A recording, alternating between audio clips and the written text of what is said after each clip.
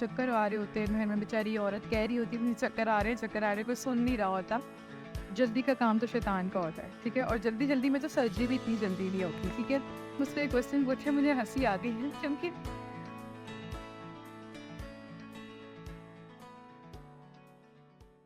अस्सलाम नाज़रीन, health cast podcast की एक नई एपिसोड के साथ एक मिनट तो आप फिर हाजिर हैं। आज के इस एपिसोड में हम बात करने जा रहे हैं फिज़ियोथेरेपिस्ट, वो फिज़ियोथेरेपिस्ट जो कि न्यूली ग्रेजुएट हैं और वो इंटरनेशनली अपनी करियर को फर्दर परसू करना चाहते हैं इंटरनेशनली।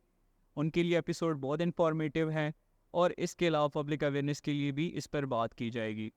इस एपिसोड में हमारे साथ आज गेस्ट मौजूद हैं डॉक्टर मरियम शरीफ, जो कि लाइसेंस्ड फिज़ियोथेरेपिस्ट हैं फ्रॉम ऑस्ट्रेलिया, न्यूजीलैंड और इसके अलावा यूके से।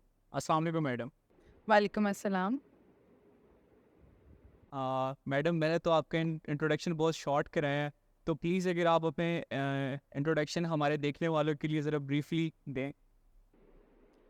I'm a physiotherapist and I graduated in 2017. Since then, I have been working in different setups at different hospitals of Lahore, Ghurki Trust Teaching Hospital, Surgimed Hospital as a physiotherapist. And then I started my own venture in which I help people, अपने juniors को help करती हूँ, fellow physiotherapists को help करती हूँ in guidance, career guidance and how to gain international physiotherapy licenses because I myself is registered in UK, New Zealand and Australia. उसके अलावा हमारी जो टीम है वो आयरलैंड में भी काम करती है, सो हम स्टूडेंट्स को, अपने जूनियर्स को या कोई भी फेलो फिजियोथेरेपिस्ट है उनको इसमें एड करते हैं, हेल्प करते हैं, गाइड करते हैं कि किस तरह से उनके लिए प्रोसेस आसान हो सकता है. So being a physiotherapist, medically working and then this is what I do. मैंने आपके इंट्रोडक्शन में बताया कि इंटरनेशनली लाइसेंसिंग एग्जामिनेशन में आप गाइडेंस प्रोवाइड करती हैं, तो क्या आप मुझे बताएंगे कि यूके के लिए, न्यूजीलैंड के लिए, ऑस्ट्रेलिया के लिए जो फिजियोस के लाइसेंसिंग एग्जामिनेशंस होते हैं वहाँ पे डिफरेंस कहाँ पे आता है, उसके बारे में प्लीज़ बता दें। ओके, सो सबसे पहले मैं ये क्लियर कर दूँ कि HCPC का कोई एग्ज़ाम नहीं है और न्यूजीलैंड के रजिस्ट्रेशन का भी कोई एग्ज़ाम नहीं है. और ऑस्ट्रेलिया की रजिस्ट्रेशन का एग्ज़ाम होता है, it is called APC. But उसके दो रूट्स होते हैं. अगर तो आपके पास यूके का लाइसेंस है, न्यूजीलैंड का लाइसेंस है, देन आप जो जनरल रजिस्ट्रेशन के लिए अप्लाई करेंगे वो विदाउट एग्ज़ाम होगा because you already have two licenses, right, UK and New Zealand. But अगर आपने डायरेक्ट ऑस्ट्रेलिया का ही सिर्फ लाइसेंस लेना है तो उसके लिए obviously you need to take an exam that is called APC. एक तो ये डिफरेंस हो गया. उसके अलावा अगर आप APC के थ्रू लाइसेंसेस लेना चाहते हैं, तो पहले आपके पास इंटरिम सर्टिफिकेट आएगा, उसकी बेस पे यू गेट लिमिटेड रजिस्ट्रेशन. ठीक है, उसके लिए भी आपको जनरल रजिस्ट्रेशन पे जाने के लिए एग्ज़ाम, रिटन और प्रैक्टिकल असेसमेंट क्लियर करनी होती है. सो ये थोड़ा सा लॉन्ग हो जाता है, तो यूजली वो लोग करना नहीं चाहते हैं. बट सेकेंड हमारे पास ऑप्शन आ जाता है कि हम यूके का लाइसेंस लें, न्यूजीलैंड का लाइसेंस लें और फिर ऑस्ट्रेलिया का लें. और दूसरी बात ये कि अगर आपके पास यूके का लाइसेंस नहीं भी है तो आप आयरलैंड का लाइसेंस लेके, न्यूजीलैंड का लाइसेंस लेके, ऑस्ट्रेलिया का लाइसेंस, जनरल रजिस्ट्रेशन ले सकते हैं. Because general registration is, you can say, ये उससे थोड़ी बड़ी चीज़ होती है limited registration, but as the name indicates. सही। प्लीज़ मुझे आप ये बताएंगे कि लाइक इसके लिए इनिशियल क्राइटेरिया पे अगर बात करें, अगर हम बात करें इसके लिए इनिशियल क्रेडेंशियल कौन कौन से होंगे, लाइक सिर्फ वो 5 ईयर की डिग्री या इसके साथ कोई आपके पास कोई प्रैक्टिस या कोई इस तरह का एक्सपीरियंस भी होना चाहिए, उसके बारे में प्लीज़ थोड़ा सा बता दें। बिल्कुल. Obviously you should have a degree. आपका DPT डिग्री होनी चाहिए, ट्रांसक्रिप्ट होना चाहिए आपके पास. और उसके अलावा आपके जो पाकिस्तान में जो फिजियोथेरेपी की एसोसिएशन है उसके साथ आप रजिस्टर्ड होने चाहिए और उसका गुड स्टैंडिंग सर्टिफिकेट. ये तो बेसिक चीज़ें हो गई. उसके बाद you should have your passport, आपका ID कार्ड, ये सब चीज़ें भी. और एक बहुत ज़रूरी चीज़ जो हम भूल जाते हैं वो है आपका इंग्लिश लैंग्वेज प्रोफिशेंसी. उसमें यू कैन टेक IELTS और PT और एज अ डॉक्टर आप OET भी दे सकते हैं. और हमें यूजुअली ये मिसकंसेप्शन सुनने को पहले मिलता था, अभी भी है, कि जी आप ना दें IELTS, ना दें PT, ना दें तो भी आपकी रजिस्ट्रेशंस हो जाती हैं. बट अब ऐसा नहीं है, अब नहीं होती. अपना अगर आपने प्रोसेस डिले करवाना है, प्रोलॉन्ग करना है टाइम ड्यूरेशन, तो आप ये रिस्क ले सकते हैं. But I would always prefer, मैं अपने क्लाइंट्स को भी हमेशा कहती हूँ कि आप इंग्लिश प्रोफिशिएंसी टेस्ट ज़रूर दें एक, तो उससे आपकी इंग्लिश भी बेहतर होती है, डेफिनेटली होती है, आप इन प्रैक्टिस रहते हैं और एक ही वैलिड चीज़ हो जाती है। क्योंकि आप जब झूठ बोल के या गलत बयानी करके कोई कोई भी स्टेप लेंगे, कोई भी चीज़ करेंगे, तो एट एनी स्टेप वो आपको ऑल्टर कर सकती है, वो कहीं भी आपकी प्रोग्रेस को पकड़ी जा सकती है प्रॉब्लम, बिकॉज अब now there very strict in this. और दूसरी आपने बात की क्रेडेंशियल एवेल्युएशन की। अगर हम आयरलैंड की बात करें तो उनका रिकग्निशन एक प्रोसीजर होता है, आप अपने सारे डॉक्यूमेंट्स वहाँ पे अपलोड करते हैं, वो खुद ही रिकग्नाइज कर लेते हैं। एचसीपीसी में वो इस तरह करते हैं कि आपकी जो डिग्री होती है, डीपीटी की डिग्री हो गई, ट्रांसक्रिप्ट्स हो गए, आप यहीं से नोटराइज करा के अपनी यूनिवर्सिटी के थ्रू जब अटेस्ट करवाते हैं, वो इटसेल्फ क्रेडेंशियल इवेल्युएट हो जाती है। और अगर ऑस्ट्रेलिया की बात करें तो आपको जब जनरल रजिस्ट्रेशन मिल जाती है या फिर इंटरिम सर्टिफिकेट के लिए, तो आपको पहले स्किल असेसमेंट करवानी होती है। इनका प्रोसीजर होता है स्किल असेसमेंट का, उसमें आपकी एम्प्लॉयमेंट भी असेस हो जाती है और आपकी डिग्री भी असेस हो जाती है। इसमें 2 मंथ्स लगते हैं। और अगर आपने जनरल रजिस्ट्रेशन लेके अपनी पीआर के लिए अप्लाई करना था, देन अगेन इट इज़ ये पीआर के एक प्रोसीजर का फर्स्ट स्टेप है, आपको स्किल असेसमेंट करवानी होती है। वो आप जो है ऑस्ट्रेलिया फिजियोथेरेपी एसोसिएशन जो है ऑस्ट्रेलियन, उसके थ्रू करवाते हैं। वो ऑनलाइन सारे लिंक्स अवेलेबल होते हैं। मैं तो हमेशा अपने क्लाइंट्स को भी एक एट फर्स्ट कंसल्टेशन यही कहती हूँ कि आप खुद भी कर सकते हैं, you should always try to do your things by your own. उसके बाद अगर आपको लगे आप नहीं कर सकते, आपके अंदर एबिलिटी नहीं है, देखिए एबिलिटी सब में है, हर कोई कर सकता है, मैंने भी खुद ही किया था क्योंकि तब गाइडेंस नहीं होती थी। बट कोशिश करें, खुद ही करें, वेबसाइट्स को पूरा ओपन करके रीड करें and then go for it. सही। डॉक्टर मरियम प्लीज़ ये बताएं कि हमारे यहाँ तो फिजियोथेरेपी का अगर स्कोप की बात करें तो हर बंदा ही बाहर जाना चाहता है।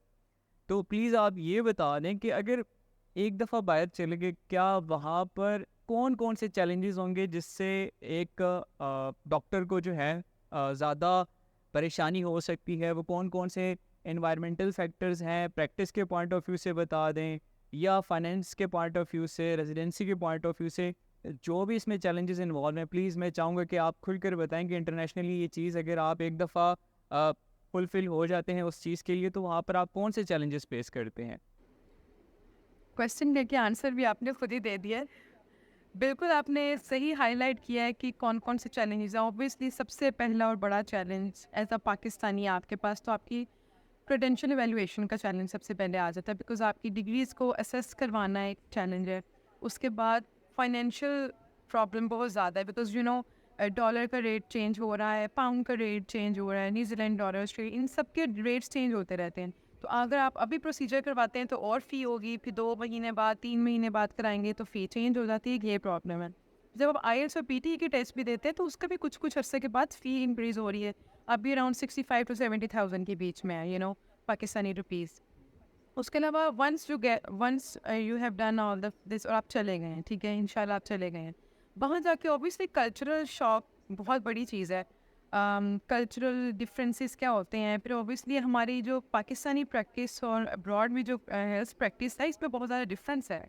इसलिए जब भी आप ये लाइसेंसेस जब लेती हैं ना, एचसीपीसी का लाइसेंस हो गया, फिजी बोर्ड न्यूजीलैंड का हो गया, एपरा का हो गया ऑस्ट्रेलिया का, या कोरू आयरलैंड हो गया, तो वो आपको सीपीडी कोर्सेज और वर्कशॉप्स करवाते हैं। उसमें वो आपको अपनी कल्चरल कॉम्पिटेंसीज के बारे में बताते हैं, आपको कल्चरल बैकग्राउंड्स के बारे में बताते हैं। तो आई ऑलवेज रिकमेंड कि जब भी आपकी रजिस्ट्रेशंस करवा लें तो आप इनके फ्री सीपीडी कोर्सेज वगैरह ज़रूर करें, बिकॉज उससे आपकी थोड़ी सी नो हाउ हो जाती है। Secondly, if you have colleagues over there, तो आप उनसे ज़रूर इन टच रहें। आप अब तो इंटरनेट का ज़माना है, यूट्यूब का ज़माना, आपको हर चीज़ मिल जाती है। वहाँ जाने के बाद एक तो कल्चरल शॉक हो गया, उसके बाद अकोमोडेशंस के बहुत ज़्यादा इश्यूज आ जाते हैं। फिर अगर आप वहाँ चले गए, आपकी जॉब नहीं हुई, वो finding a job is a very big, you can say depression भी हो जाता है। I know my very good friends who went there, और फिर उसके बाद उनको 6-6 महीने भी वेट करना पड़ा, कुछ को 3 महीने वेट करना पड़ा। आई थिंक ये आपकी किस्मत भी होती है, फिर ये आपका कवर लेटर और रेज्यूमे पे बहुत डिपेंड करता है। इसलिए हम ये वाली सर्विसेज भी प्रोवाइड करते हैं, that we evaluate your cover letter and resume, so that हर कंट्री का उसके अकॉर्डिंगली होना चाहिए, प्रोफेशनल होना चाहिए, आपका ईमेल एड्रेस प्रोफेशनल होना चाहिए। ये फ़नी बात है, ये नहीं हो कि पेंसी स्वीट समथिंग समथिंग, और वो ईमेल जो है आप एक एनएचएस में आप जॉब अप्लाई कर रहे हैं और वो देखने में इट लुक्स वेरी अनप्रोफेशनल। तो your aura should be professional, आपकी चीज़ें प्रोफेशनल होनी चाहिए। तो ये these are the few challenges which I think कोई भी अगर अब्रॉड जाता है, नॉट ओनली फिजियोथेरेपिस्ट, कोई भी जाता है, तो ये तो बेसिक चैलेंजेस है ना which everybody have to face. Doctor Maryam please मुझे ये बताएं कि फिजियोथेरेपी मॉडर्न हेल्थ केयर में वो कैसे इस वक्त ज़्यादा हेल्पफुल है, इसकी क्या इम्पोर्टेंस है, और फिजियोथेरेपी का मॉडर्न हेल्थ केयर में इसका क्या रोल है। मैं चाहूँगा इसके ऊपर आप थोड़ी सी स्पॉटलाइट डालें। ओके, बहुत ज़रूरी है ये जानना कि फिजियोथेरेपी अब नहीं आई, ये बहुत पुरानी मोड ऑफ ट्रीटमेंट है, बट ऑब्वियसली पहले अवेयरनेस नहीं थी। I myself when I started and I got admission in physiotherapy, तो मुझे भी फ्रैंकली स्पीकिंग इसका इतना नहीं पता था, मेरी फैमिली को इतना नहीं पता था। बट विद टाइम जब व्हेन आई स्टडी डेट और मुझे पता चला कि किस तरह जब मैंने पेशेंट्स को देखा तो मुझे अंदाज़ा हुआ कि it is a vital part of a treatment for any patient, specially जब आप ऑर्थोपेडिक रिहैबिलिटेशन की अगर हम बात करें कि जी आपने सर्जरी करा ली, ऑर्थोपेडिक सर्जरी कराई, आपने सी सेक्शन हुआ, एनी सर्जरी, आप कुछ भी जब सर्जरी करवाते हैं, सर्जरी तो हो गई, सर्जन ने अपना काम बहुत अच्छे तरीके से ऐसा तरीके से सर अंजाम दे दिया, बट उसके बाद पेशेंट बैक टू लाइफ कैसे आएगा, उसकी एक्टिविटी ऑफ डेली लिविंग जो है, जो आपको पता होगा कि जब भी कोई सर्जरी होती है तो आपकी मसल्स ओपन हो गए, आपके मसल में वो वीकनेस नहीं रही, जब एक स्ट्रक्चर ओपन हो जाता है तो डेफिनेटली वो वीक हो जाता है। उसकी स्ट्रेंथ को रीगेन कैसे करना है, पेशेंट की मोबिलिटी को रीगेन कैसे करना है, उसके जॉइंट्स की रेंज ऑफ मोशन को कैसे वापस लेकर आना है, और इन केस पेशेंट को स्ट्रोक है तो उसका बैलेंस, उसकी गेट, उसका वॉक वापस कैसे आएगा। अगर एक बच्चा है जिसको सेरिब्रल पाल्सी है, जिसको हम कह देते हैं हमारे माशरे में बेसिकली ऐसे बच्चों को कहते हैं जिस पे जिन चढ़ गया या उस पर पता नहीं क्या हो गया, नज़र लग गई, ये वो। देखिए सेरिब्रल पाल्सी के बच्चे, ऑटिज्म के बच्चे, एडीएचडी के बच्चे, इन सबको फिजियोथेरेपी की ज़रूरत है। आप देखिए उनके बच्चों के पाँव टेढ़े, पैदाइशी जिनके इश्यूज होते हैं, पाँव टेढ़े हो गए, हाथ टेढ़े हो गए, पोलियो हो गया, टीबी हो गया, कोई भी ऐसी कंडीशन, मैं ये कहती हूँ कि कोई भी डिजीज़ है ना, उसमें फिजियोथेरेपी का रोल 110% है। मॉडर्न हेल्थ केयर की अगर हम बात करेंगे, हमें पता है जी मॉडर्न हेल्थ केयर में अब क्या होता है, अब रोबोटिक सर्जरीज होती हैं, राइट। अब इतनी ओपन इन सीन्स नहीं होते हैं, मिनिमल इन्वेसिव सर्जरीज होती हैं। तो मिनिमल इन्वेसिव सर्जरीज में भी पेशेंट को साइकोलॉजिकल बहुत इश्यूज हो जाते हैं, और कुछ कंडीशंस ऐसी हैं जिनका फिजियोथेरेपी के बगैर इलाज हो ही नहीं सकता। अगर आपने स्पोर्ट्स इंजरीज की बात करें, आपका ACL रिपेयर हुआ, आपकी हिप रिप्लेसमेंट हुई, आपकी नी रिप्लेसमेंट हुई, you definitely need to have physiotherapy. और फिजियोथेरेपी सिर्फ एक्सरसाइज नहीं होती, ये जानना बहुत ज़रूरी है। हमें मिसकंसेप्शन है कि फिजियोथेरेपी का मतलब है घर में किसी मालिश को बुलाएं, मालिश करा लें, तेल लगा लें, ये 2-3 वर्जिशें यूट्यूब से देख के आप कर लें। नो, ऐसा नहीं होता। हम 5 साल की डिग्री है, उसके बाद स्पेशलाइजेशंस होती हैं, हाउस जॉब्स होती हैं, it is nothing on YouTube. अब तो बुक्स भी आई हुई हैं जी, आधे घंटे में आप फिजियोथेरेपिस्ट बन जाए, पूरी बुक पढ़ लें, तो ये this is all name, this is what quackery is. Modern health care में इस चीज़ पे इतना ज़्यादा जोर दिया जाता है, इसको हम कहते हैं एविडेंस बेस्ड प्रैक्टिस।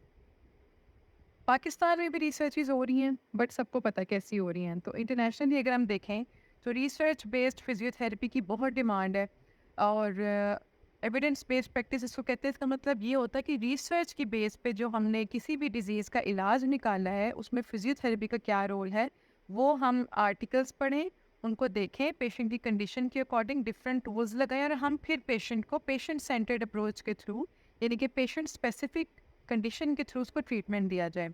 अब इस तरह बहुत ज़्यादा होता है, पेशेंट जब भी हमारे पास आता है, फॉर एग्जांपल रुड़की में हमारे पास पेशेंट आता था, तो हम इसी तरह करते थे। ऑर्थोपेडिक सर्जन ने सर्जरी कर दी, उन्होंने रेफ़र कर दिया फिजियोथेरेपी को।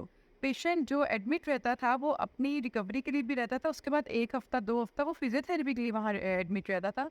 और उन पेशेंट्स की रिकवरी जो है वो मैं कहती हूँ 70% अच्छी होती है और जल्दी होती है जो फिजियोथेरेपी करवाते हैं। और वो जो नहीं करवाते, समटाइम्स उनकी तो रिकवरी भी नहीं होती और उनकी सर्जरीज भी रिपीट करनी पड़ जाती हैं, बिकॉज जिस मकसद के लिए आपने सर्जरी करवाई है ना, वो मूवमेंट के लिए कराई है, बैक टू लाइफ आने के लिए कराई है। तो अगर आपने सर्जरी में पैसे लगा दिए तो थोड़े से इधर भी लगा दें। और अगर आप प्राइवेट नहीं कोई फिजियोथेरेपी अफोर्ड कर सकते तो आप गवर्नमेंट के सेटअप में जा सकते हैं। गवर्नमेंट के सेटअप्स बहुत अच्छे हैं, लाहौर में, इस्लामाबाद में, कराची में बहुत अच्छे सेटअप्स बन चुके हुए हैं। बस आपको ये पता होना ज़रूरी है कि this is important for you. Non physiotherapy भी हो जाती है, रिहैबिलिटेशन सेंटर्स भी अब अवेलेबल हैं, ऑनलाइन भी। अब आपको तो ऑनलाइन भी वो हमने आगे बात भी करनी है। तो yes, this is how it works. आप अगर आपने बात की है डिफरेंट ट्रीटमेंट ऑप्शंस के, डिफरेंट ट्रीटमेंट मेथड्स के, डिफरेंट ट्रीटमेंट प्लान्स के बारे में, डिफरेंट ट्रीटमेंट जो जो आपने डिफ़ाइन किया उसमें मैं चाहूँगा कि आप इसमें क्रॉनिक डिजीज़ के बारे में बता दें कि उसको कैसे मैनेज किया जाता है फिजियोथेरेपी के ज़रिए। ओके, क्रॉनिक डिजीज़ बेसिकली होती क्या है? पुरानी डिजीज़, काफ़ी अर्से से पेशेंट को चलती हुई आ रही है। फॉर एग्ज़ाम्पल हमारे घरों में बुज़ुर्ग होते हैं, उनको आर्थराइटिस की प्रॉब्लम्स होती हैं, कमर दर्द, बहुत लोगों की क्रॉनिक कमर दर्द चलती भी आ रही है, सर दर्द बहुत क्रॉनिक चलती भी आ रही होती है, ये भी नहीं पता होता कि सर दर्द की वजह क्या है। चक्कर, वर्टाइगो, चक्कर आ रहे होते हैं, घर में बेचारी औरत कह रही होती है मुझे चक्कर आ रहे हैं, चक्कर आ रहे हैं, कोई सुन नहीं रहा होता। तो अगर आप उनकी असेसमेंट करवाएँ फिजियोथेरेपिस्ट के पास जब आप आते हैं, तो आपका फिजियोथेरेपिस्ट सबसे पहले आपको असेस करेगा। सबसे पहले आपकी हिस्ट्री टेकिंग होती है, फिर आपकी असेसमेंट होती है। उस असेसमेंट में हम देखते हैं कि पेशेंट का इश्यू क्या है। पेशेंट को कौन-कौन से मसल्स इन्वॉल्व हैं, कौन-कौन से स्ट्रक्चर्स इन्वॉल्व हैं। Either it is muscular problem, either it is neurological problem, either it is in our domain or not. क्योंकि ये देखना भी बहुत ज़रूरी है कि हमारे डोमेन का पेशेंट है भी या नहीं। हमारी डोमेन का होता है तो ऑब्वियसली वी वेलकम। अगर हमारी डोमेन का नहीं है, ये कोई भी मेडिकल एथिक्स हो, आप चाहे मेडिकल स्पेशलिस्ट के पास जाएँ, अगर आप उसकी डोमेन के नहीं होंगे, वो हमेशा आपको रेफ़र करेगा। Referral is a great part of health care professionals, ठीक है। अब क्रॉनिक डिजीज़ आ गई, उसमें क्या होता है, आपके मसल इतनी देर से एक ही पेन में बैठे हुए हैं, पेन में रह रह के पेशेंट जो है वैसे भी वीक लेथार्जिक फील करता है, आपका मसल वो वीक हो जाता है, ठीक है। वो मसल वीक हो गए, you need to work on muscle strength. अगर आपका मसल एक पोजीशन में रह रह के कंट्रैक्चर फॉर्मेशन हो गई, यानी कि मसल जो है सिकुड़ गया है, आपको स्ट्रेचेस चाहिए। अगर एक जगह बैठ बैठ के आपकी वॉक गेट डिस्टर्ब हो गया, यू नीड गेट ट्रेनिंग। अगर आपको स्ट्रोक हुआ था, आप बोलना भूल गए, आपको चीज़ें याद नहीं रहती, तो उसके लिए भी आपको ऑब्वियसली न्यूरोप्लास्टिसिटी इसको कहते हैं, यानी कि पेशेंट को रिमाइंड कराना, बार बार दिमाग की न्यूरॉन्स को याद कराना है कि जी आपने ये वाली मूवमेंट ऐसे करनी है, ऐसे करनी है। उसके अलावा अगर हम बात करें कोई भी कंडीशन होती है, और आर्थराइटिस ले लें, आर्थराइटिस से बहुत क्रॉनिक डिजीज होती है, उसमें भी आपने जॉइंट को पेन में तो नहीं रहने देना, पेन मैनेजमेंट करनी है। फर्स्ट हमारा यही गोल होता है कि पेशेंट की पेन मैनेजमेंट करें, उसको सबसे पेशेंट जब भी आपके पास पेशेंट आएगा ना, वो कहेगा मुझे पेन नहीं चाहिए, जो मर्जी करें, सबसे पहले पेन ख़त्म करें। तो pain management, muscle strength, range of motion gain करना, balance and coordination, then posture correction बहुत ज़्यादा, समटाइम्स पोस्चर करेक्शन बहुत ज़रूरी होती है, क्योंकि अगर आप प्रोलॉन्ग एक ऑफिस में बैठे हैं, आप भी अगर ऑफिस में बैठे होते हैं, प्रोलॉन्ग सिटिंग होती है, मोबाइल यूजेज बहुत ज़्यादा है, वो भी एक क्रॉनिक कंडीशन ही बन चुकी हुई है कि हम सारा दिन फ़ोन यूज़ करते हैं, हमारे नेक में पेन, हमारे सर में पेन, उसकी वजह से सर दर्द, चक्कर आना, ये सब एक क्रॉनिक ही कंडीशन बन गई है। So this is how physiotherapy work in that, again depending upon the condition of a patient. आपने बात की डिफरेंट टाइप्स ऑफ डायग्नोसिस के बारे में। अब मैं चाहूँगा कि आप जो आजकल एक नया फैक्टर आ रहा है कि टेली हेल्थ का, टेली हेल्थ और वर्चुअल रियलिटी, ये किस तरह से फिजियोथेरेपी के लिए ज़्यादा हेल्पफुल हैं या इनका क्या रोल है? मैं चाहूँगा कि इसके ऊपर थोड़ी सी रोशनी डालें आप। स्पेशली आफ्टर कोविड, जब सबको घर में रहना था, और फिजियोथेरेपी ऑब्वियसली ज़रूरी भी है जब आप घर में हैं। आपको कोविड जब इवन जब कोविड भी आया, तो लंग्स के इतने इश्यूज़ हो गए कि लोगों को पल्मोनरी रिहैबिलिटेशन, पल्मोनरी फिजियो की ज़रूरत पड़ी, यानी कि लंग्स की फिजियोथेरेपी की ज़रूरत पड़ी। उसमें क्या होता है कि आप कार्डियोपल्मोनरी एरियाज़ को जो हैं उनको भी आप जो है एड्रेस करते हैं। लंग्स फिजियोथेरेपी, चेस्ट फिजियोथेरेपी इसको कहते हैं, वो भी फिर हमें उस वक्त पता चला, पेशेंट्स को पता चला, हमें तो पता था कि जी फिजियोथेरेपी चेस्ट में भी होती है, इसमें भी ज़रूरी है। हमें अपना स्पूटम जो अंदर प्रोड्यूस हो रहा था उसको निकालने के लिए भी कुछ टेक्निक्स होती हैं। हम पोजीशन कैसे चेंज करेंगे तो स्पूटम किस साइड पे जाएगा, हम किस तरह की कफिंग करेंगे तो स्पूटम बाहर आएगा, ये सब चीज़ें भी उसमें इन्वॉल्व थी। तो उसमें टेली हेल्थ कम्युनिकेशन का ये फ़ायदा है कि आप घर बैठ के on a one click away, अब जैसे मैं मरहम के साथ रजिस्टर्ड हूँ, तो अगर आप मरहम पे जाएंगे, आप उनसे मेरी वीडियो कंसल्टेशन बुक कराएंगे या किसी भी की भी करवाएंगे, तो आप घर बैठ के अपने फिजियोथेरेपी के साथ एटलीस्ट कंसल्ट ज़रूर कर सकते हैं। हाँ, आई एग्री, कुछ कंडीशंस ऐसी होती हैं वो घर बैठ के नहीं हो सकती, बट अगर आपने मशवरा करना है, कंसल्टेशन करनी है, तो जिस हद तक वो हो सकता है वो डेफिनेटली करना चाहिए। बिकॉज एट टाइम्स जो होता है आपने सिर्फ मशवरा लेना होता है, हो सकता है अगर आप किसी कंसल्टेंट को, किसी फिजियोथेरेपिस्ट को रीच आउट करें ऑनलाइन, वो आपको रेफ़र कर दे, कि आपके एरिया में कोई रेफ़र कर दे आपको कि जी हाँ आप उसके पास चले जाए, या हम आपको होम फिजियोथेरेपी प्रोवाइड कर देते हैं। उसमें ये होता है कुछ एक्सरसाइजेज वो मैं आपको यहाँ बैठ के भी गाइड कर सकती हूँ, सर्वाइकल की एक्सरसाइजेज गाइड कर सकती हूँ।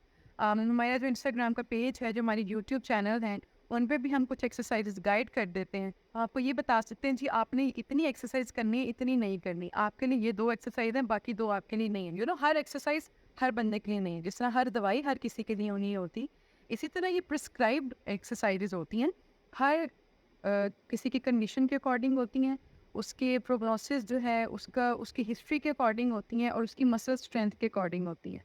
तो वो एक आपको कंसल्टेंट ही बता सकता है कि किस तरह करनी है। तो with the ease of your home at one click away you definitely can consult the doctor, consult your therapist, और जिस हद तक एक्सरसाइजेस हो सकती है वो तो हो जाती हैं। बाकी इलेक्ट्रोथेरेपी वो आप नहीं ऑब्वियसली ऑनलाइन कर सकते, बट अगेन बात वही है ना, आप फर्स्ट स्टेप लेंगे तो सेकंड स्टेप आएगा, आपको रेफ़र किया जा सकता है, आपको गाइड किया जा सकता है, तो this is how it works. तो जो रिमोट एरिया में लोग दूर दराज रहते हैं, उनके लिए ये ऑप्शन जो है वो ज़्यादा फ़ायदेमंद रहेगा। बिल्कुल, बिल्कुल। उनके लिए बहुत फ़ायदेमंद है, क्योंकि कहीं कम्युनिकेशन का एक फ़ायदा ये भी हो गया ना कि अवेयरनेस भी फैल गई। जिन दूर-दराज़ इलाकों में फ़िज़ियोथेरेपिस्ट था ही नहीं, ये जाता ही नहीं था, हम एक छोटे से शहर से निकल के बड़े शहर में चले जाते हैं, बड़े शहर से हम दूसरे मुल्क में चले जाते हैं, वो चीज़ें पीछे ना एक वैक्यूम रह जाता है। तो उस वैक्यूम को फिल इन द गैप करने के लिए ये टेलीकम्युनिकेशन, टेली हेल्थ कम्युनिकेशन ने बहुत ह्यूज पार्ट प्ले किया है। एंड आई रियली अप्रिशिएट कि इन सच अ वे अवेयरनेस हर घर तक पहुंचती है, आपकी वीडियोस के थ्रू, आपकी रील्स के थ्रू, शॉर्ट्स के थ्रू। तो जो मॉडर्न टेक्नोलॉजीज़ हैं हमें उनको डेफिनेटली यूटिलाइज करना चाहिए। जैसे आप और मैं इस पर बात भी मॉडर्न टेक्नोलॉजी के थ्रू कर रहे हैं, हम दूर बैठे हैं, बट हम बात इसलिए कर पा रहे हैं बिकॉज वी बोथ वांट कि अवेयरनेस लोगों तक फैले। इस तरह वो दूर दराज इलाके जहाँ पे नहीं है अवेलेबिलिटी, वहाँ पे भी ये चीज़ें रीच आउट हो सकती और फ्री में हो रही हैं। डॉक्टर मरियम, फिज़ियोथेरेपी की अगर हम बात कर ही रहे हैं, तो अगर हम इसमें बच्चों के लिए बात करें, बुज़ुर्गों के लिए बात करें, और इसमें हम बात करें specially for the pregnant lady, pregnancy का एक जो सेंसिटिव टाइम होता है, उसमें फिज़ियोथेरेपी की क्या इम्पोर्टेंस है? आप उसको प्लीज़ उसकी अवेयरनेस के बारे में थोड़ा सा यहाँ पर प्लीज़ बताएं। ओके, सो सबसे पहले मैं बात करना चाहूँगी प्रेगनेंसी में। हमारे माशरे में, कल्चर में यूजली ये कहा जाता है कि आप प्रेग्नेंट हैं तो बस आप बैठ जाएं, आपने हिलना नहीं है, जैसे ये कोई बीमारी है। ये बीमारी नहीं, it's a very much normal phenomena until और अनलेस ऑब्वियसली कोई कॉन्ट्रा इंडिकेशन है, कोई अलामा, फिर कोई कॉम्प्लेक्सिटी है, कोई कॉम्प्लेक्स है, कोई प्रॉब्लम है, आपके गायनेकोलॉजिस्ट ने कहा है कोई इशू ऐसा है, तो फिर obviously you need to take rest. Other than that आपको डेफिनेटली एक्टिव रहना है। अब जब आप प्रेग्नेंट होते हैं तो आपको क्या होता है कि आपका पूरा बॉडी का जो पोस्चर है ना, सबसे पहले वो डिस्टर्ब हो जाता है, क्योंकि अल्लाह ताला ने आपकी बॉडी में कुछ कर्व्स बनाए हुए हैं। आपके लंबर एरिया जो है, जहाँ आगे यूट्रस है, पीछे लंबर है, तो लंबर जो कर्वेचर है वो इंक्रीज हो जाता है। जब लंबर कर्वेचर इंक्रीज हो जाता है तो डेफिनेटली जब एक चीज़ बेंड अपनी हद से ज़्यादा होगी तो वहाँ पेन कॉज होगी, क्योंकि हमारा मसल्स इतने स्ट्रांग नहीं हैं। पहली औरतों के बड़े स्ट्रांग होते थे, हमारे उसमें की ना खुराकें हैं ना उसमें की स्ट्रेंथ है। तो 9 महीने जब आपका you are carrying a foetus, you are carrying a baby in your womb, तो ऑब्वियसली आपका पूरा पोस्चर ख़राब हो गया। एक प्रॉब्लम, पोस्चर करेक्शन की ज़रूरत है। सेकेंडली, आपका मस्कुलेचर, जब अंदर आगे इतना ज़्यादा वेट आप कैरी कर रहे हैं, आपके बैक मसल्स भी पेन करेंगे, आपका आगे टमी जो स्टमक के मसल्स हैं वो भी ऑब्वियसली वीक होंगे, स्ट्रेच होंगे, आपकी स्किन स्ट्रेच होगी, स्किन स्ट्रेच होने से भी आपको प्रॉब्लम्स होंगे। ठीक है, तो दिस इज़ व्हाट मैटर्स। आपका पेल्विक फ्लोर है जिसके ऊपर बेबी है, यूट्रस है, पेल्विक फ्लोर के बहुत ज़्यादा इश्यूज हो जाते हैं। यूरिनरी इनकॉन्टिनेंस बहुत बहुत बड़ा प्रॉब्लम है, उसको एड्रेस भी नहीं किया जाता, और किसी को पता भी नहीं है कि फिजियोथेरेपी में उसका क्या ट्रीटमेंट है, कीगल एक्सरसाइजेज क्या होती हैं, वो किस तरह यूरिनरी इनकॉन्टिनेंस को आप रोक सकते हैं, बचा सकते हैं, आप लेबर के लिए अपने आप को कैसे प्रिपेयर करेंगे। ऑब्वियसली आपने at the end of the 9th month you have to deliver the baby, so in order to deliver the baby आपके मसल स्ट्रांग होने चाहिए, आपको लेबर के लिए प्रिपेयर होना चाहिए। आपका फर्स्ट टाइम 3 ट्राइमेस्टर्स होते हैं ना, फर्स्ट ट्राइमेस्टर में आपकी क्या फिजियोथेरेपी होगी, सेकंड में क्या होगी, थर्ड में क्या होगी। अगेन एक चीज़ जो यहाँ पे कंसर्न वाली है वो ये है कि इलेक्ट्रोथेरेपी का आपको बहुत ध्यान रखना पड़ता है कि किस ट्राइमेस्टर में कौन सी मोडेलिटी लगेगी, कौन सी मोडेलिटी नहीं लगेगी। वो आप खुद से नहीं लगा सकते, वो आपके थेरेपिस्ट को पता है। Secondly, mild exercises, mild strengthening, mild stretches किए जा सकते हैं, obviously under the observation of a therapist. उसके अलावा अगर हम बात करें, मोबिलिटी की बहुत ज़रूरत है। आपके जो जॉइंट्स हैं वो हाइपर मोबाइल हुए हुए हैं, ठीक है, तो आपने उसको हाइपर मोबिलिटी को भी कंट्रोल करना है, आपने अपने आप को फ्लेक्सिबल भी रखना है। देन अगेन और जैसे मैंने बात कर दी कि आपको सर्कुलेशन इम्प्रूवमेंट के लिए भी चीज़ें करनी पड़ती हैं। जब आपका वेट इतना ज़्यादा हो जाता है ना, तो आपके लेग्स पे आपको डीवीटी के चांसेस बढ़ जाते हैं, डीप वेन थ्रोम्बोसिस। तो उसको भी किस तरह आपने बचाना है, आपने ज़्यादा देर पाँव लटका के नहीं बैठना, कौन से आप एक्सरसाइजेज करें कि आपके ब्लड सर्कुलेशन में रहे, एक ही जगह फोल्ड अप ना हो। आपने देखा होगा कि पाँव में स्वेलिंग हो जाती है, तो उस चीज़ को प्रिवेंट करना। उसके बाद once you have delivered the baby, तो पोस्ट नेटल फिजियोथेरेपी भी एक पूरी फील्ड है। अगर आपका सी सेक्शन हुआ तो आपकी क्या फिजियोथेरेपी होगी, अगर आपका नॉर्मल डिलीवरी हुई तो आपकी क्या होगी, और उसके बाद जब इन प्रेगनेंसी आपको यूजली गर्ड का प्रॉब्लम बहुत होता है, ब्रीदिंग का प्रॉब्लम बहुत होता है। तो उन सब अगेन जैसे मैंने बताया चेस्ट फिजियोथेरेपी, तो आपको ये सब चीज़ें फिजियोथेरेपी जो है प्रेगनेंसी में बहुत ज़्यादा इंपॉर्टेंट है। वुमेन हेल्थ, जो बेसिकली हम वुमेन हेल्थ की बात करते हैं, पूरी एक फील्ड है। इसमें तो पूरा एक नेक्स्ट सेशन हो जाना चाहिए वुमेन हेल्थ के बारे में। So it is very important. Secondly आप बात कर रहे थे बच्चों की और बड़ों की। बच्चों में जैसे मैंने पहले जिक्र किया था कि जिस तरह हमें पता नहीं है कि हाइपर एक्टिव बच्चे, एडीएचडी के बच्चे, सेरिब्रल पाल्सी के बच्चे जिनको स्पीच डिलेज हैं, माइलस्टोन्स डिलेड हैं, उनको टेक्टाइल इश्यूज हैं, उन सब चीज़ों को डील करना, एड्रेस करना फिजियोथेरेपिस्ट का काम है। एक स्पेशलिटी है physiotherapy, paediatric physiotherapy. Paediatric physiotherapist बहुत बहुत अच्छे अवेलेबल हैं लाहौर में, इस्लामाबाद में, बड़े शहरों में तो बहुत ज़्यादा, छोटे शहरों में भी आ रहे हैं। बट अगेन बच्चों को उनको मसल स्ट्रेंथ उनकी लाना, ताकि वो अपने नॉर्मल माइलस्टोन्स को अचीव, अगर लेट भी करें तो अचीव कर लें, क्योंकि बेटर लेट, आप ट्रीटमेंट करेंगे तो ही फ़ायदा होगा। अगर आप बच्चे को ऐसे ही छोड़ देंगे कि खुद ही चल जाएगा, खुद ही कर लेगा, वो बच्चा भी तो कर लेता था, हो सकता है आपका बच्चा ना कर सकता हो, आपके बच्चे को प्रॉब्लम हो। So it's better to get your baby assessed first, ठीक है। इसी तरह बूढ़े लोगों में जीरियाट्रिक फिजियोथेरेपी, जीरियाट्रिक्स भी एक पूरी फील्ड है। उसमें हमें ट्रेन किया जाता है कि आपने बूढ़े लोगों के साथ कैसे ट्रीट करना है, उनके क्या कंडीशंस हैं, उनका रिस्क ऑफ फॉल बहुत ज़्यादा होता है, उनका बैलेंस का इशू होता है, उनकी कोऑर्डिनेशन का प्रॉब्लम। ऐसे बूढ़े लोगों में यूजली न्यूरोलॉजिकल इश्यूज जो है वो ज़्यादा आ रहे होते हैं। तो इन इस these are the full fields, आपको पूरा उनके अकॉर्डिंग जो है फिजियोथेरेपी उनके अकॉर्डिंग होती है। सही। मैं यहाँ पे चाहूँगा कि आप एक्सपोज करें उन अताइयों को।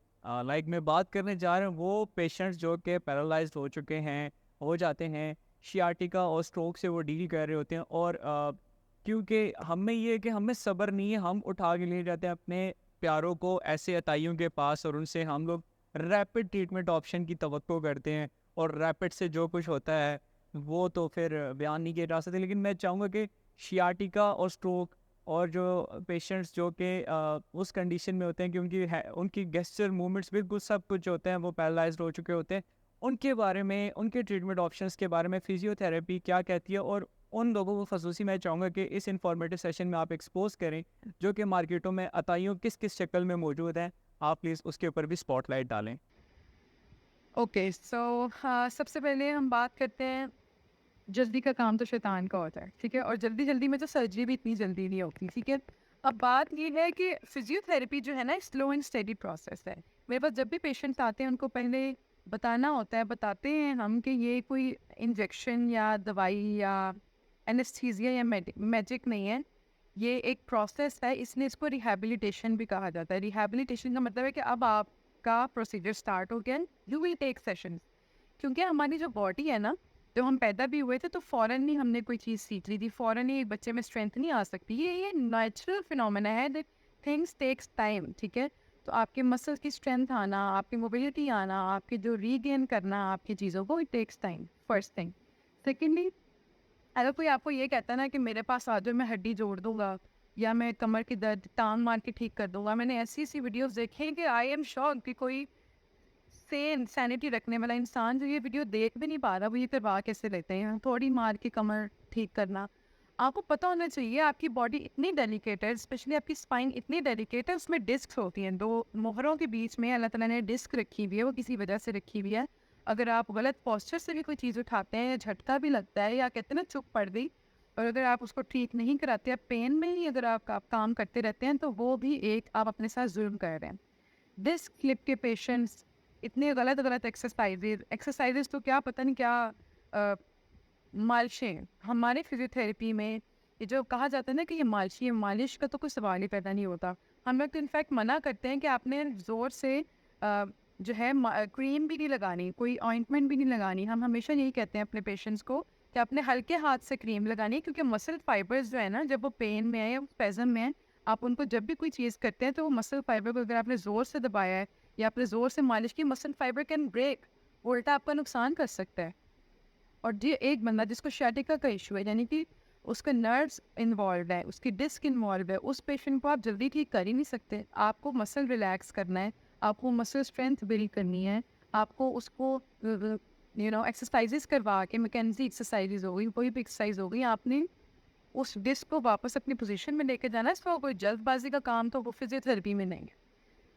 और बाकी ये जो अताई हैं, ये तो अल्लाह ही बचाए, फिर उनके बारे में तो यही कहा जा सकता है, बिकॉज हड्डी जोड़ तोड़ यूजली वो तोड़ते हैं पहले, फिर आप जुड़वाने के लिए ऑर्थोपेडिक के पास जाते हैं, फिर वो जोड़ के आपको फिजियोथेरेपिस्ट के पास भेजते हैं। तो आई थिंक इट्स बेटर कि जैसे ही आपको मसल का कोई इशू हो, बोन का कोई इशू हो, फॉल हो, फ्रैक्चर हो, कुछ भी है, please please go to emergency of a hospital, a renowned hospital, good hospital, never go to जोड़ तोड़। एंड आई नो मैंने बहुत गलत गलत केसेस देखे हैं, और बच्चों की हड्डियाँ गलत जुड़ जाती हैं। ये जुल्म है, ये माँ बाप जुल्म करते हैं अपने साथ भी, अपने बच्चों के साथ। सही। अ, ये तो आपने बता दिया पब्लिक अवेयरनेस के लिए। मैं जानना चाहूँगा कि आपकी तरह के बहुत सारे हेल्थ केयर प्रोवाइडर इस सेक्टर में मौजूद हैं। मैं चाहता हूँ कि वो अपने बारे में भी बताएं, लाइक आप कैसे बैलेंस कर पा रही हैं इतनी सारी चीज़ें, एक डॉक्टर होने के साथ एक प्रोफेशनल लाइफ को और एक अपनी पर्सनल लाइफ को आप कैसे बैलेंस कर पा रही हैं? प्लीज़ इसके बारे में बता आपने मुझसे एक क्वेश्चन पूछा, मुझे हंसी आ गई है, क्योंकि as a mother, I mean first of all as a woman, it is very difficult for you कि आपने इतना सारा कुछ इकट्ठे करने का सोच लिया। पहली अचीवमेंट तो मैं अपने अभी यही समझती हूँ, बिकॉज पहले तो अपने माइंड को ये समझाना है कि मैंने ये कुछ करना है, ये इट्सेल्फ बहुत बड़ी अचीवमेंट है। उसके बाद आपकी फैमिली का सपोर्ट होना इज़ सो मच इम्पॉर्टेंट। शादी के बाद आपके हस्बैंड का सपोर्ट होना, और कोई एक हेल्प आपके पास, as you if you have a kid, like I have a kid, तो उसको देखना भी बहुत ज़्यादा इम्पोर्टेंट है। ऑब्वियसली एट टाइम्स बहुत मुश्किल हो जाता है, बट मेरा जो काम है वो फिजियोथेरेपी बेसिकली इमरजेंसी सिचुएशन नहीं है, तो एक तो मैं उस चीज़ से बच जाती हूँ। इमरजेंसी में मेरी कोई चीज़ नहीं होती कि जी रात के 12 बजे इमरजेंसी केस आ गया तो I have to go, no. मेरी अपॉइंटमेंट बेस्ड पेशेंट्स होते हैं, और अपॉइंटमेंट बेस्ड ही सेशंस होते हैं। तो वो जब मुझे पता होता है कि इतने बजे, स्केड्यूल के थ्रू ये चीज़ें हो सकती हैं, आपको टाइम टेबल बनाना पड़ता है कि मैंने इतने बजे ये करना है, इतने बजे मेरा सेशन है, तो I have to manage my kid, I have to manage the food. क्योंकि ऑब्वियसली आप डॉक्टर हो, आप इंजीनियर हो, आप पायलट हो, आप कुछ भी हो, you have to manage a home, you have to manage your family. और जो करियर होता है वो आप अपने लिए करते हैं, और जितनी मर्जी सपोर्टिव आपकी फैमिली हो, सब कुछ बहुत अच्छा हो, again it's all your responsibility. मैं अपनी फ्रेंड्स, फैमिली, सबको ये कहती हूँ कि आप ये सोच के कभी ना सोचिए काम छोड़ें कि जी मेरे पास सपोर्ट होगी, मुझे 2 लोग एक्नॉलेज करेंगे तो ही मैं करूँगी। नो, आपको ज़बरदस्ती बीच में घुस के करना पड़ेगा, और बस ऐसे ही होता है काम। It is difficult but it is not impossible. Make a time table, make a schedule, and then go for it. तो मरियम, मैं जानना चाहूँगा पब्लिक अवेयरनेस के पॉइंट ऑफ व्यू से आप क्या मैसेज स्प्रेड करना चाहेंगी हेल्थकास्ट के प्लेटफॉर्म से, और इसके साथ साथ आप अपने सोशल कनेक्टिविटी लिंक्स जहाँ पर कोई भी आपसे अपने प्यारों के लिए रब्ता कर सकता है फॉर ट्रीटमेंट, और कोई भी आपसे कंसल्टेंसी ले सकता है, आया कोई स्टूडेंट बाहर जाना चाहता हो, उसके लिए प्लीज़ अपने लिंक्स शेयर कर दीजिए प्लीज़। बिल्कुल, first of all I would like to say कि thank you so much Healthcast for inviting me, and आपने बहुत बड़ी एफर्ट की है, बिकॉज फिजियोथेरेपी की अवेयरनेस के लिए और हेल्थ अवेयरनेस के लिए Healthcast is doing something really appreciable. I really appreciate it. Secondly, for my people around there, आपको पेन है या आपको मोबिलिटी इश्यूज़ हैं, please don't wait, go and seek immediate professional help, क्योंकि प्रोफेशनल हेल्प के अलावा आप अपनी प्रॉब्लम को बढ़ाएंगे ही, वो कम नहीं होगी, because early intervention is a key to your treatment, right? So stay active and stay healthy. Other than that, if you want to take consultation from me, so please go to Marham. You can find me by my name, Dr. Mariam Sharif, consultant physiotherapist. And you can also follow me on Instagram handle, which is PhysioWell. अगर आपको consultation की booking करवानी है मेरी website के through, it is www.physiowell.pk and you can find me Lahore DHA, जो लाहौर में available है वो DHA में मैं अवेलेबल हूँ। And yes, thank you so much. My YouTube handle is Physiowell by doctor Mariam Sharif. बहुत शुक्रिया डॉक्टर मरियम शरीफ आपके वक्त का। आपने जिस तरह से अवेयरनेस को स्प्रेड किया उसके लिए बहुत शुक्रिया। आपके कीमती वक्त में हमारे लिए इस अवेयरनेस प्लेटफॉर्म पर आने के लिए सो नाइस ऑफ यू, बहुत शुक्रिया। जी नाज़रीन, ये थी डॉक्टर मरियम शरीफ फ्रॉम लाहौर। उम्मीद करते हैं आज का इन्फॉर्मेटिव सेशन आपके लिए मुफीद साबित होगा। नेक्स्ट एपिसोड के साथ फिर हाजिर होंगे, तब तक अपना बहुत सारा ख्याल रखिएगा। Stay healthy, stay connected with Healthcast. अल्लाह हाफिज़।